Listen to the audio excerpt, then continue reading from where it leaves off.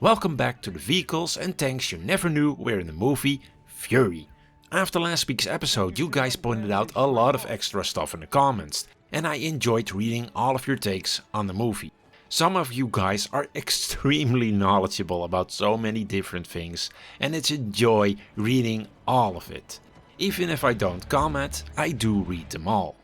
But in this last part we're going to explore more scenes and discover so much more in the background of Fury.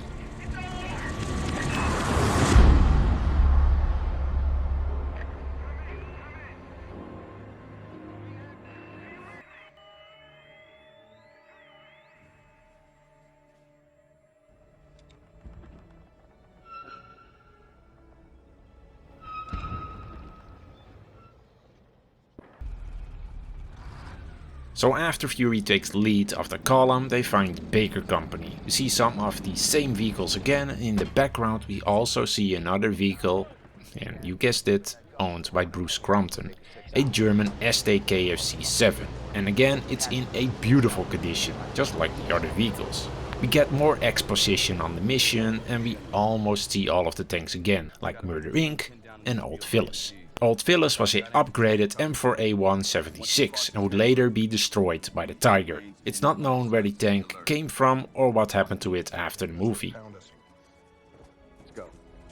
Alright, fuck six. Mount up, come on. Move. Mount up.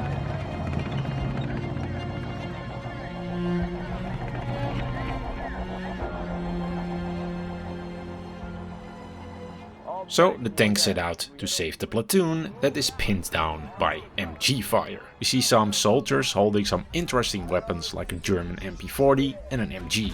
We also see the same destroyed half-tracks from the start of the movie. We get our first glimpse at a real POC-40, and this POC-40 is again owned by Bruce Crompton and can be seen later in the film when Fury drives past all the destroyed German equipment. And this is for me where the movie peaks on the action. This entire scene looks and just feels outstanding. You probably can argue that the tracers look a bit too fake or like Star Wars. But in real combat it actually looks, like Star Wars. So I actually want to reflect on this for a moment longer, because you can also argue that the Germans never used so many tracer rounds and that it doesn't fit the aesthetics of a World War II movie. Because it just makes it look like a 90s techno party, and I can sort of agree with that. But eventually the puck gets destroyed.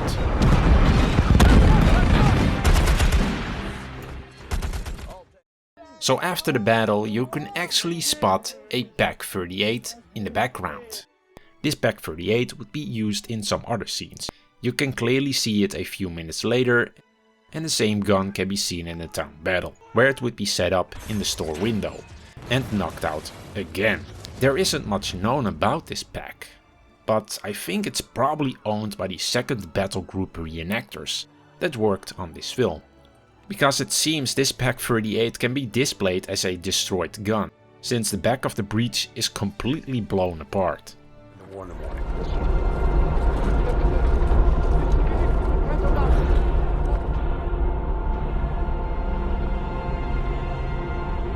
So after this the tanks pass by a lot of German destroyed vehicles. We see the same pucks again, some random post-war trucks and trailers and a Soviet 76mm air defense gun. Now, these were used by the Germans in World War II, but most of them were scrapped by 1944, so seeing one in 1945 would be extremely rare. Next to that we can see another German half-track, this time a 250. This half-track has extremely interesting history. It was knocked out near Belzig, Germany by Russian forces in April of 1945. Sources state a German farmer liked the vehicle so much he stored it in perfect condition in his barn until the 90s. When it was bought by Bruce Crompton. It was completely restored to running condition, and you probably can already guess, of course this vehicle would also be a frequent visitor to melee tracks, and it's always nice to see it running around down there. And we can also see an 88mm also owned by the Crompton collection, and of course the Panzer again. We also see another 251 half-track here, which is the half-track we already seen and comes from the Crompton collection. This half-track will later again appear at the ending of this movie. The half-track next to that is probably the Aus D that was sold to the Australian Armour and Artillery Museum after the making of this movie. Sadly, it doesn't have any historical information. You can also see a German 50cm howitzer. This same howitzer could be seen in the beginning of this movie. And what looks to me like a Russian anti-tank gun?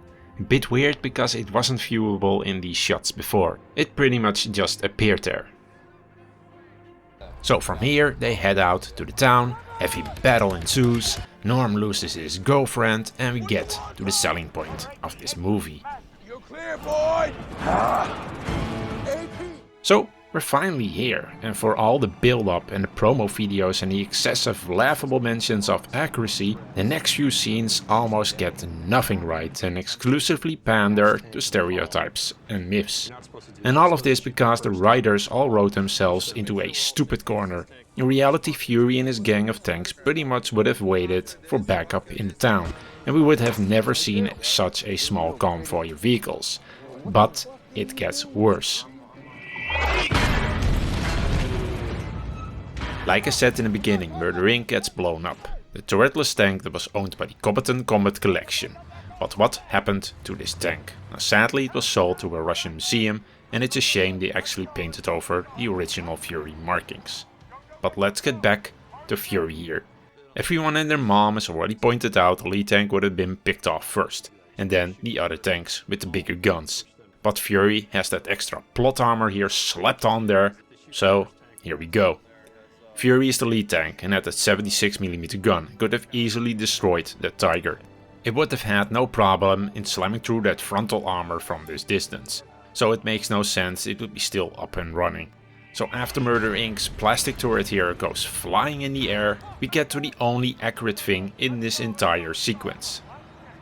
So the tanks throw smoke in the Tiger's face and move as far as they can backwards, because you want to turn and face the enemy with the biggest part of your armor towards the Tiger. But the movie needs to play out this stereotype that it would have taken 4 Shermans to take out 1 Tiger. But it gets worse. They go out and charge the Tiger, which would be the dumbest thing to do. Of course the Tiger has all the advantage now and is going to stay hull down in its position to pick them off one by one. Movie, why?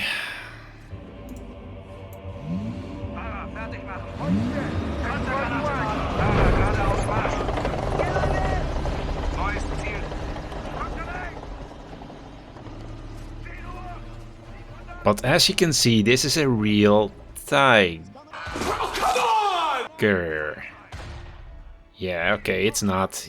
In reality, most of these scenes were filmed with the M113, and I think that only this scene is the actual real Tiger.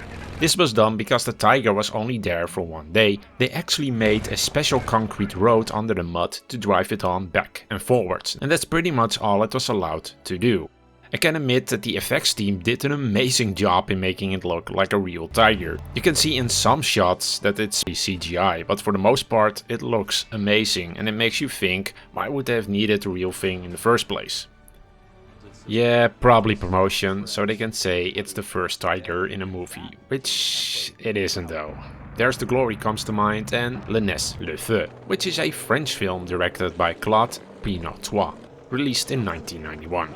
But of course, all of these Sherman tanks go out of action. Lucy Sue here was also a turretless chassis and we did see this tank in the beginning of the movie.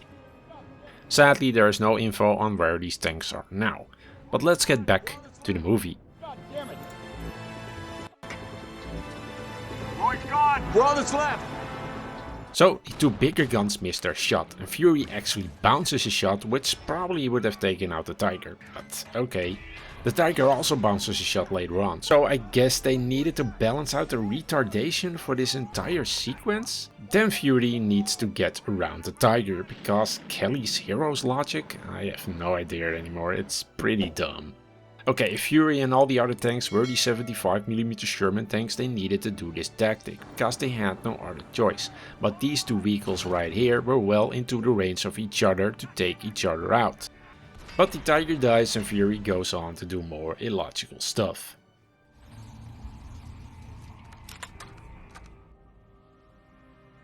To be honest, as a movie buff I can live with the Tiger's shenanigans, but this ending I don't like at all. It's like the writers were writing a movie around the Buffington Tiger. They needed to have a real tiger in a movie and that was their main objective. Because it seems like they just gave up with this ending. So Fury here drives over a mine and has now the task to defend the D point as an immobilized tank. In this third act we actually don't see much stuff anymore. We see the half-track from Bruce Crompton a few times and a truck I didn't even know existed. But turns out to be a post-war Hungarian truck called a Cespol D344 and that's probably why it gets blown up and burned. In the end only Norm survives and that's the movie. I can actually remember that I went to the Dutch premiere of this movie and was pretty hyped to actually being really disappointed afterwards. Those were some awesome Panzer picture times.